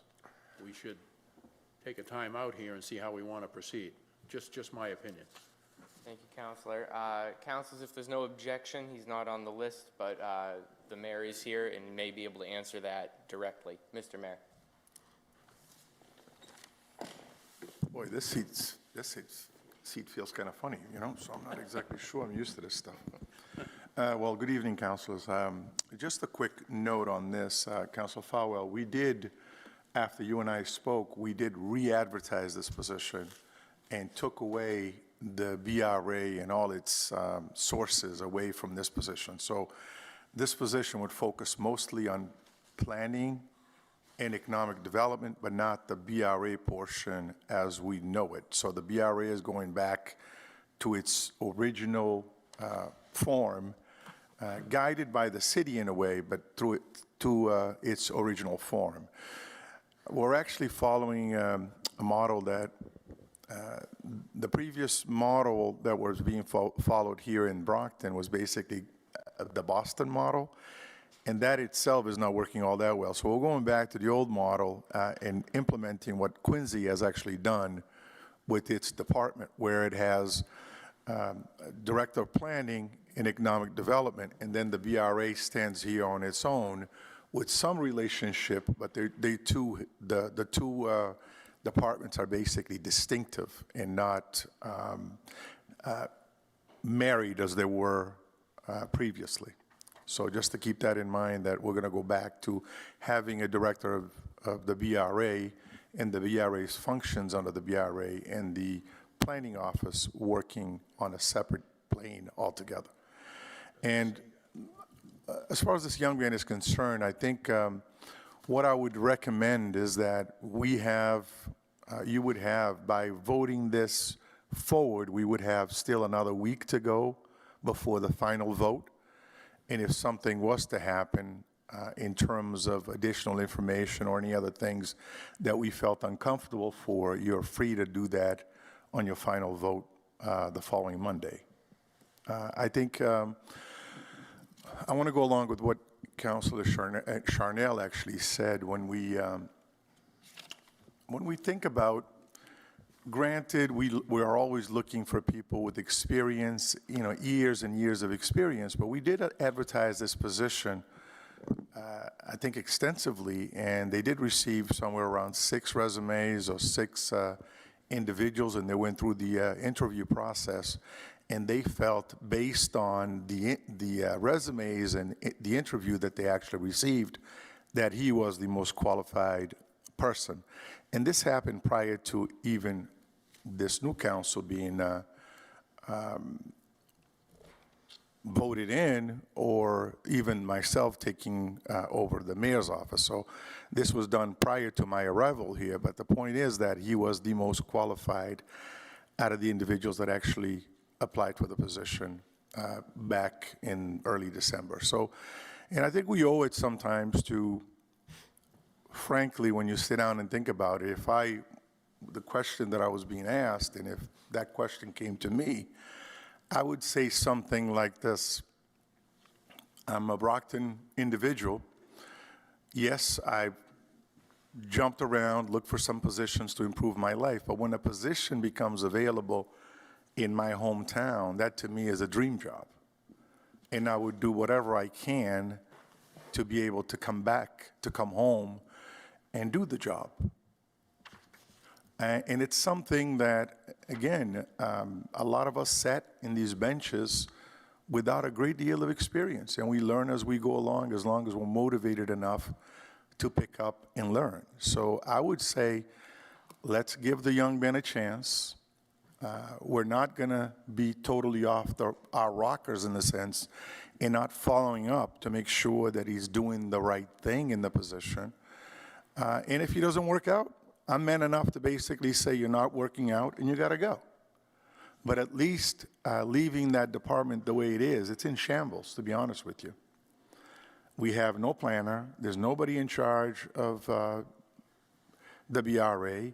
It's just sitting there with all these opportunities that we have to, you know, every single day we meet with a different developer in the office that technically should be working with the planning office. But we got to do that ourselves because we don't have somebody who's in the office or is willing to take on the task of doing this. So I would, again, recommend that you take a chance on this opportunity.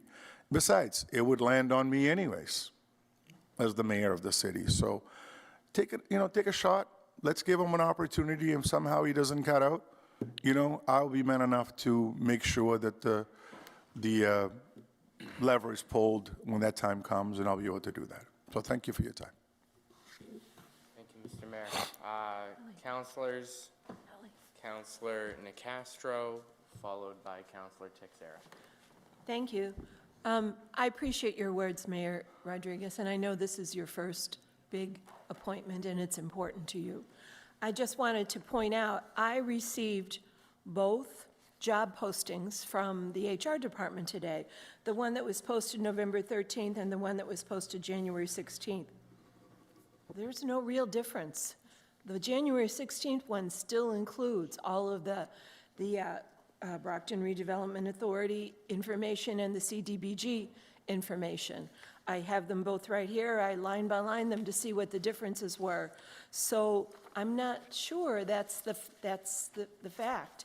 And if this is the position we're hiring for, we need someone who's able to juggle until such time as the two positions are taken apart.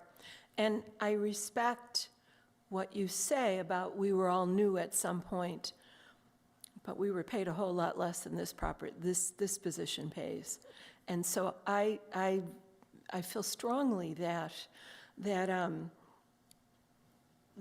advanced degrees and the certifications and the experience, the deep experience, really matters in a position like this, respectfully. Thank you. Thank you, Mr. Chair. Thank you, Counselor.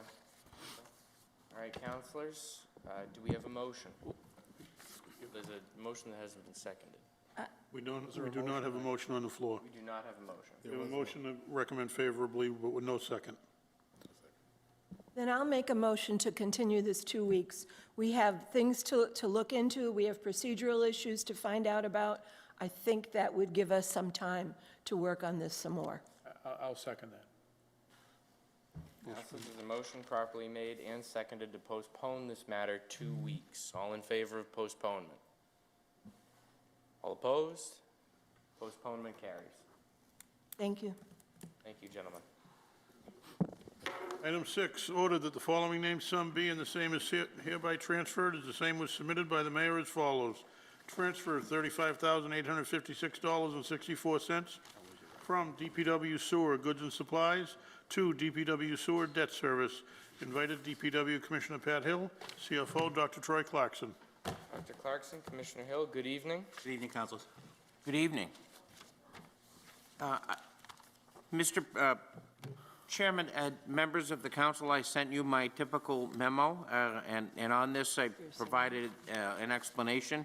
Each year when we set the budget, many of the items, as you know, are targets, and in this particular one, the budget that Treasurer Brophy put together, the needs for some of the temporary debt payments changed over the course of the year, and so this is just shifting money within the budget to satisfy those requirements.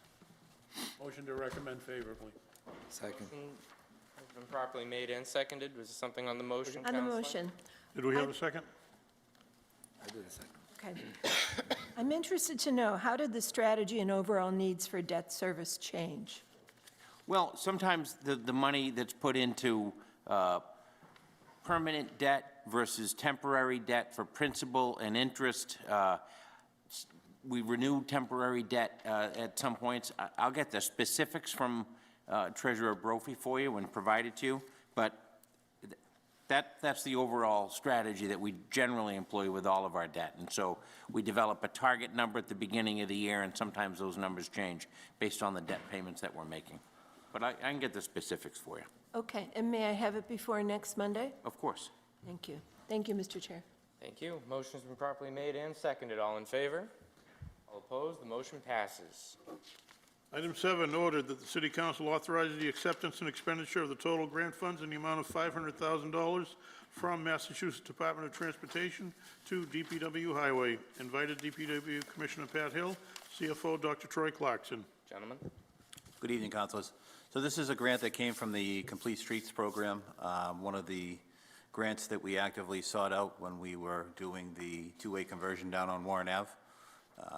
We submitted a project that had substantial improvements both to pedestrian safety and cycling safety within that two-way stretch of road between Spring Street and Belmont Street in the Warren Ave two-way conversion.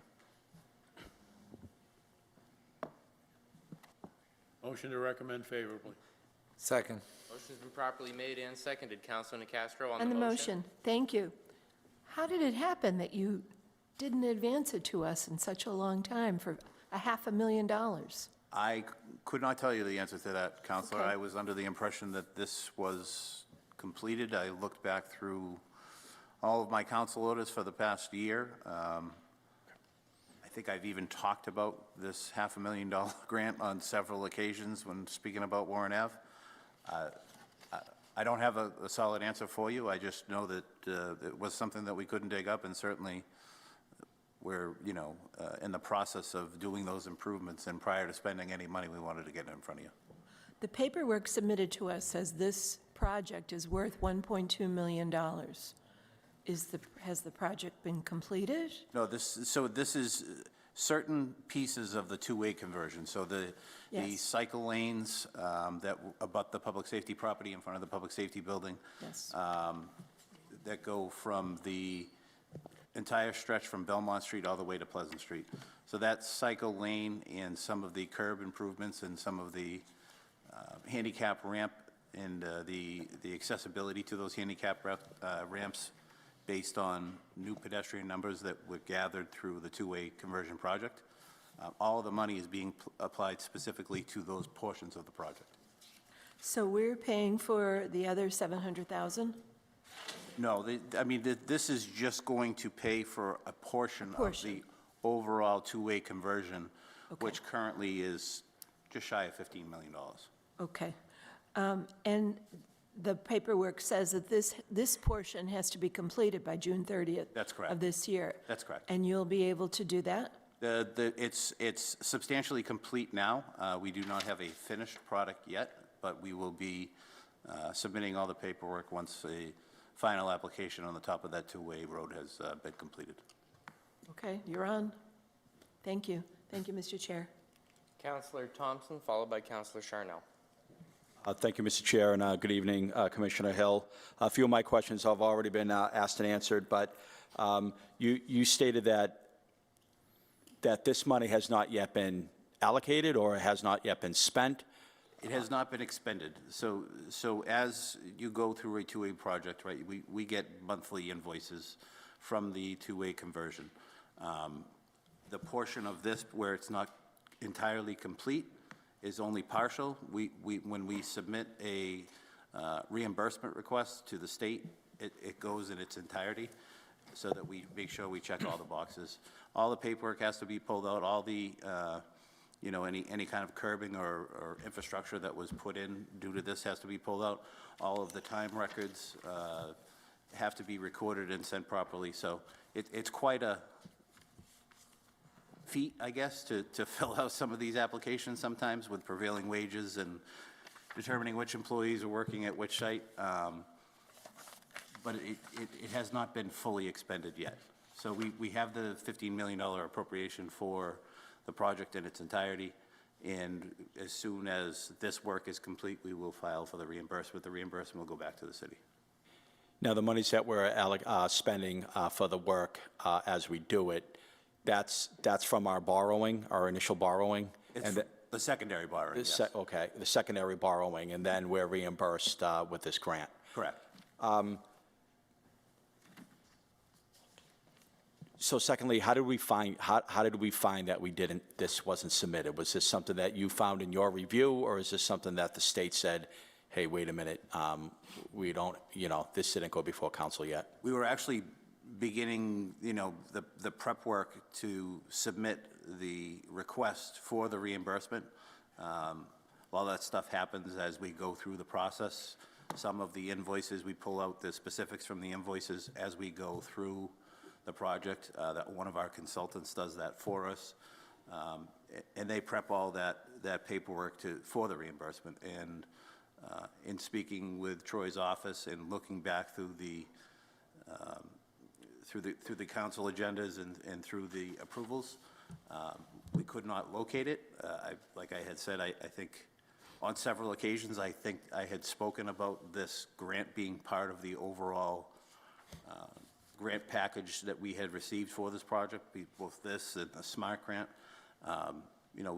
We got almost $3 million worth of grants to do that two-way project. So for the life of me, I don't have an explanation as to why it didn't go. I could just certainly tell you that it didn't.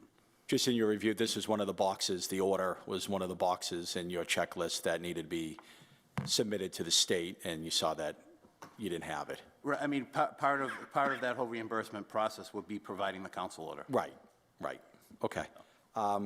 And lastly, I know you're underway in your construction of the two-way on Warren Ave.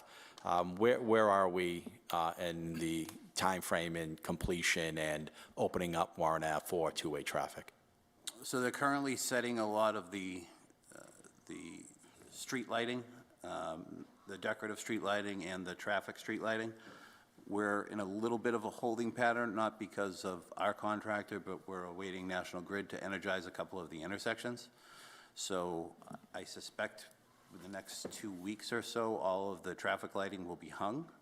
All of the street lighting will be live, but there will be 2 intersections, as it stands today, that won't have power to activate those street lights. So, you know, we've been working with National Grid to try to get them out. They've been out on several occasions. They've run into several issues, undersized transformers, inability to close the road to pull wires, relooking at some of their heat mapping downtown and determining that there may be more power that needs to be sent to that area to both energize what we've put in and for their future needs. So hopefully springtime. I mean, the goal was to try to get those traffic lights up and running this month. I think we're ready for that. Unfortunately, National Grid isn't. Can we expect a top coat paving on West Elm, or is it paved as it So shall all be? of those streets that we put water mains down, you know, Green Street, L Street, Frederick Douglass, West Elm Street, all those streets will be paved when the final paving takes place for Warren Ave. So there's a top coat coming for Warren Ave? Correct. Okay, understood. Thank you. I appreciate your time. That's it, Mr. Chair. Thank you, Counselor. Counselor Charnel. I just have one question for the Commissioner. So when the grant comes in, again, I'm new, right, Commissioner? So when the grant comes in, does that grant go into Munis, or is it just housed in the DPW and then, because I'm just a little befuddled with because it seems like some grants live in departments, some grants go into Munis, some grants don't, some CFOs in here. Yeah, great question, Councilor. All grants, once approved, are tracked in Munis. In Munis. Absolutely. So this grant never went into Munis because it was never approved, or was this grant in Munis? And again, So because there has been no reimbursement applied for this grant, the grant was probably not set up in Munis. So as we get ready to do those reimbursements and we start having those conversations with the auditing department to determine, you know, how because once we put in the grant reimbursement, the grant reimbursement comes back to the city through the treasurer, then is tracked through the auditing department, and then placed in the proper in the proper account. The accounts are set up through the auditing department. Yeah. So this is something that we would have stumbled on at some point, but it was stumbled on based on the preparation for the grant reimbursement in the beginning stages of the grant reimbursement. Wouldn't like best practice be to put the grant into Munis, even though it hasn't? That's the typical process. That's usually, okay, so that's what I'm missing is. Correct. Typically, the grant you apply for, it's approved. Once it's approved, essentially. An account set up in Munis. Account setup goes into Munis, and then you would even come to the council, because does that, I'm assuming sometimes the can't set cart up- before the horse type thing? You can't set up a grant in Munis without a council order. Okay, gotcha. And I think what Pat is explaining, Counselor, is that, so you cannot expend funds from a grant unless there is a grant account in Munis. There was a funding source for this project outside of the grant, and so there were funds appropriately spent through the borrowing. Correct. Throughout this process. Gotcha. So this was a part of the loan that we're just being reimbursed for? Right. Gotcha. Right. But again, I still, but the Munis thing is happening, because that's kind of where my question is. Once we approve, Munis then takes place. Once we get a council order with approval, we will reach out to the treasurer's office and to the auditing office. They will set up an account in Munis. Okay. Thank you. Thank you, Commissioner. Thank you, Counselor. Counselor, is there a motion? Counselor Green. Just a couple of questions. Just to clarify, are we on track for the June 2026 completion date? For the two-way project? Yes. I mean, I hate to put a date on it. We've seen a lot of delays in deliveries and a lot of delays in simple things like infrastructure outside of our control, like National Grid. I hope that's the case. We're pretty far along. Half of the sidewalks maybe have been poured. I believe they'll finish the street lighting portion of things. The next couple of weeks, they'll finish the traffic lighting portions of things. The widenings have happened. We're still waiting on Verizon to pull some poles out of the ground on a section of Warren Ave between West Elm and Belmont Street. Those are things that are out of our control. We're still waiting on National Grid to put some conduits in. Those are things that are out of our control. But that doesn't mean that the road can't be open. It just may not be, I mean, it'll probably be substantially complete by June, but it may not be, final. Okay, all right. Is there a time period for which invoices should be sent to the state for reimbursement? I know some grants stipulate that after the completion of the specified event, invoices need to be sent 30 to 60 days. Is there a time period for which you need to send those invoices? So the final reimbursement request for this grant is June 30th of 2026. That doesn't mean that's the end-all, be-all. If we've determined or if work gets delayed, then we can always file for extensions with the state. I don't suspect that will be the case here. We should have this paperwork final and completed and submitted, and we should be reimbursed, if I had to guess, probably sometime in May. Thank you. Thank you. You all set, Counselor? Counselor Green? You all set? Yes. All right. Thank you. Thank you. Counselors, I did check with the clerk. The clerk's office has Motion reminded me made. there has been a motion made and seconded. So if there's no other on the motions, then motion's properly made and seconded. All in favor? All opposed? The motion passes. Ordered that the City Council authorizes the acceptance and expenditure of the total grant funds in the amount of $235,600 from United States Department of Transportation, $188,480, from the Massachusetts Department of Transportation, $47,120, to DPW Highway, $235,600. Invited DPW Commissioner Pat Hill, CFO Dr. Troy Clarkson. Good evening, gentlemen. Good evening, councilors. So this is a grant that came from federal DOT to do a pilot program of a intersection where we've had substantial pedestrian issues, fatalities within the city. We applied for this grant and were conditionally approved 3 years ago. It's been sitting in the federal DOT office for 3 years. So the federal portion of that grant, the $188,480, is for 75% of the total recommendations based on the proposed plan that we put in front of them for the intersection of Nelson, East Nelson, and Main Street. It's for temporary measures, some curb extensions, some new signage, some temporary pylons to try to centralize traffic in the middle of the road to hopefully slow down traffic and prevent future issues. Councilor Castro. Thank you. Good evening. Good evening. I noticed reading the paperwork that all three of these intersections, Main Street at East Nelson, East Chestnut, and Perkins, are in Ward 4. So you're going to address all three intersections? The only intersection that will get addressed specifically will be East Nelson at Main. Okay.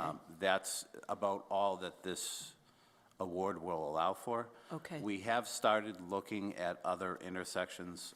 We've had some engineering work done on several other intersections throughout the city that we know are good candidates for some form of traffic improvement. Some of them are traffic lights, some of them are alternate methods. Brockton is the #1 community in the state right now for traffic safety. We're the worst in the state. So there's plenty of room for improvements. There's plenty of room for improvements, certainly in the Main Street corridor, but throughout the city. We see a lot of these dangerous intersections that require signalization come to the Traffic Commission every week, every month. You know, we send them off, we have engineers look at them, they do traffic studies, they determine whether or not these intersections meet the signalization requirements based on engineering, and most of them do. So this is not that, this is just a pilot to try to develop strategies that we can implement quickly, that do not cost millions of dollars, that will help ultimately the pedestrians in the city. So you're focusing on East Nilsson in Maine, where even the Lutheran church is, and that's a terrible intersection, and people have repeatedly asked, as you know, I've brought it in front of Traffic Commission, they've asked for signal lights. Signal lights are, you know, they're a great method of controlling traffic, but they're also very expensive. So people, I don't think people, you know, the public really understands that it's, you know, a lot of people come to the Traffic Commission with the expectation that they're going to get a intersection signalized. But that's a $2 million project for one little intersection. You know, and that's just a rough, you know, that's you know, between takings and engineering, you're talking 3 or 4 years before something can happen. Costs inflate over those 3 or 4 years. You know, there are some, it's difficult to be on that Traffic Commission side, and it's difficult to be in the city because we do have a lot of those intersections that could require this. But I think that this is an opportunity, this grant is an opportunity to show that, you know, there are other ways to improve safety for the pedestrians in the city that don't take as much time, and there's stuff that we can do quickly to kind of address issues as they come up until we can get through, you know, the long haul with the finance portion of, you know, signalizing all those other intersections that require it. So what is your timeline for doing the pilot, for satisfying the pilot program? I mean, I would expect now that it will go to a very quick design. We submitted an application with a design for those 3 intersections. I have 6 months, maybe. By the time we get a final plan on board, determine whether or not that's something that my staff could do, or determine if it's something that we would need to bring a subcontractor in for. So maybe we'll have you back 6 months after it's completed to report on how effective it is. I mean, I'd be happy to come in, you know, right after its completion. Sure. Yep. Okay. Thank you. Thank you, Mr. Chair. Thank you, Councilor.